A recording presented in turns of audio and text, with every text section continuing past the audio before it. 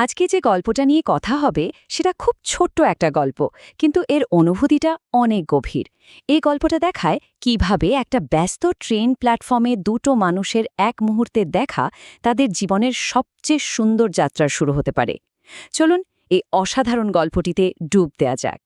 ব্যাপারটা একটু কল্পনা করুন, চারপাশে হাজার হাজার মানুষের ভিড়, ট্রেনের হুইসেল, বাড়ি ফেরার তাড়া, আর ঠিক সেই হট্টগোলের মাঝখানে দুটো অচেনা চোখ এক মুহূর্তের জন্য একে অপরের দিকে আটকে গেল।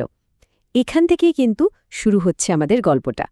তো চলুন গল্পের একেবারে শুরুতে ফেরা যাক, পরিচিত হওয়া যাক গল্পের চরিত্রদের সাথে, আর দেখা যাক ঠিক কি এমন হয়েছিল সেই প্রথম দেখায়।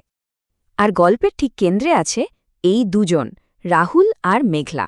একটা খুব সাধারণ সন্ধ্যা, একটা সাধারণ ট্রেন স্টেশন, আর এই আকস্মিক সাক্ষাৎটাই তাদের জীবনকে চিরদিনের জন্য বদলে দিতে চলেছিল।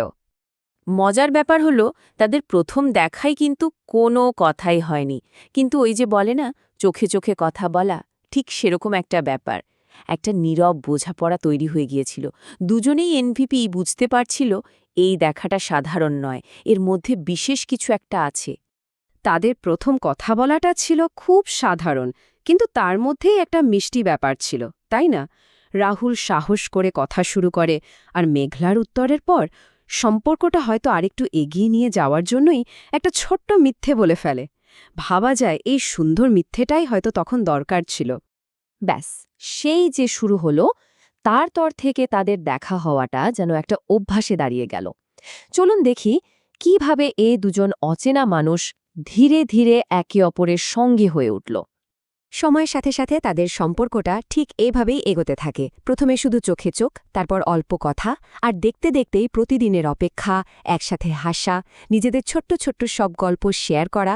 এভাবেই দুটো অচেনা মানুষ কখন যে একে অপরের জীবনের অংশ হয়ে গেল তা তারা নিজেরাও হয়তো বুঝতে পারেন। সবকিছু যখন বেশ একটা চেনা ছন্দে চলছিল, ঠিক তখনই গল্পের মোড়টা ঘুরে গেল। একদিন হঠাৎ করে ঝুম বৃষ্টি, আর এই বৃষ্টিটাই তাদের প্রতিদিনের রুটিনটাকে থামিয়ে দেয়। আর এই অপ্রত্যাশিত বিরতিটাই তাদের জন্য একটা নতুন আবেগঘন মুহূর্ত তৈরি করে।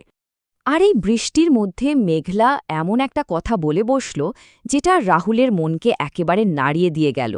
কথাটা শুনতে খুব সাধারণ, তুমি তো আছো, আর ভিজে গেলে ক্ষতি কি, কিন্তু এর ভেতরের বিশ্বাসটা কত গভীর।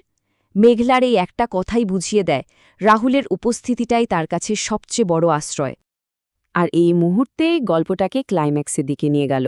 যে ট্রেনটা তাদের রোজ দেখা করার কারণ ছিল, সেদিন সেই ট্রেনটাই এলো না।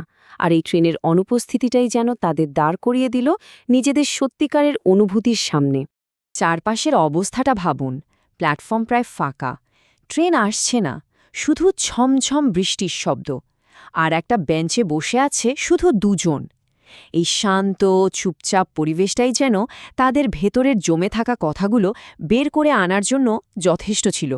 এই নিস্তব্ধতার মধ্যেই রাহুল প্রশ্নটা করে বসল। এটা কিন্তু শুধু একটা প্রশ্ন ছিল না, এটা ছিল তার সব ভয়, সব অনিশ্চয়তার প্রকাশ। সে আসলে জানতে চেয়েছিল তাদের এই সম্পর্কটা কি শুধুই একটা ট্রেন বা স্টেশনের উপর নির্ভরশীল, নাকি তার বাইরেও এর কোনো অস্তিত্ব আছে। মেঘলার উত্তরটা কিন্তু কথায় আসেনি। প্রথমে শুধু কয়েক মুহূর্তের জন্য চুপ, তারপর ও আলতো করে রাহুলের হাতের উপর নিজের হাতটা রাখল। আর ওই একটা স্পর্শেই যেন সব উত্তর দেওয়া হয়ে গেল। আর কোনো শব্দের দরকারই ছিল না। আর তারপর মেঘলা যা বলল সেটা এই গল্পের সবচেয়ে সুন্দর লাইন, ট্রেন না এলেও আমি তো তোমার কাছে আসব। মানে তাদের সম্পর্কের জন্য আর কোনো ট্রেন বা প্ল্যাটফর্মের দরকার ছিল না। তাদের এই বন্ধনটা সব কিছুর ঊর্ধ্বে। এই যে স্বীকারোক্তি, এটা কিন্তু গল্পের শেষ নয়, বরং এখান থেকেই তাদের আসল গল্পের, তাদের একসাথে চলার পথের এক নূতন শুরু। এখান থেকেই আমরা গল্পের মূল বিষয়টা বুঝতে পারি। তাদের ভালোবাসাটা সেই ট্রেন বা স্টেশনের গণ্ডি পেরিয়ে গিয়েছিল। ওগুলো ছিল শুধু একটা মাধ্যম। আসল যাত্রাটা তো এখান থেকেই শুরু হলো, যেখানে তারা একে অপরের হাত ধরে এগিয়ে যাবে। এই গল্পটা গন্তব্য বা ডেস্টিনেশন শব্দটার মানেটাই যেন বদলে দেয়। গন্তব্য মানে শুধু কোনো জায়গায় পৌঁছনো নয়, গন্তব্য মানে এমন একজন মানুষ যার কাছে এসে মনে হয়, হ্যাঁ, এটাই আমার ঠিকানা, আমি পৌঁছে গেছি। শেষ পর্যন্ত তাদের আর কোনো আলাদা গন্তব্যে পৌঁছনোরই দরকার ছিল না, কারণ এভাবেই এক বৃষ্টির সন্ধ্যায় একটি ট্রেন না আসা প্ল্যাটফর্মে তারা নিজেরাই হয়ে গেল একে অপরের অনন্তকালের গন্তব্য।